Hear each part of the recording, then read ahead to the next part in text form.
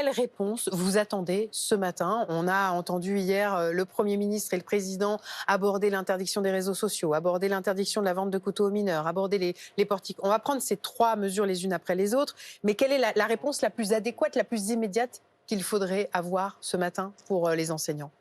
Alors déjà, soutenir, marquer un soutien important tel que ça a pu être fait par la ministre, hein, déjà dans un premier temps, ça c'est la moindre des choses, à toute la communauté éducative, hein, puisqu'on a quand même eu un collège à nouveau, hein, que ce soit les familles, les personnels ou les élèves qui sont complètement sous le choc. Donc il est important que puissent se mettre en place très rapidement les cellules de crise et d'écoute. Ça c'est la première chose Ça, c'est le court terme. indispensable, tout à fait à court terme.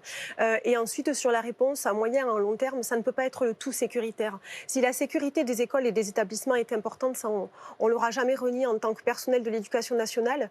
Aujourd'hui, on a besoin de moyens pour de la prévention. On a un nombre de professionnels de santé, que sont les infirmiers, que sont les assistants sociaux, que sont les psychologues de l'éducation nationale ou les médecins, qui sont largement en nombre insuffisant et qui ont d'ailleurs chuté, hein, ces dernières années en nombre. Et on n'a pas de réponse par rapport à ça. On sort des assises de la santé scolaire, hein, que la ministre Borne a tenues le 14 mai dernier justement à Paris.